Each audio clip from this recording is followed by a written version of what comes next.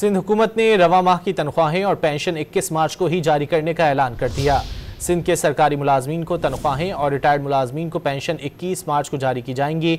महकमा फाइनेंस सिंध ने 1 अप्रैल के बजाय 21 मार्च को तनख्वाहें और पेंशन रिलीज करने का नोटिफिकेशन जारी कर दिया। सिंध हुकूमत ने रवा माह की तनख्वाहें और पेंशन 21 मार्च को ही जारी करने का ऐलान कर दिया।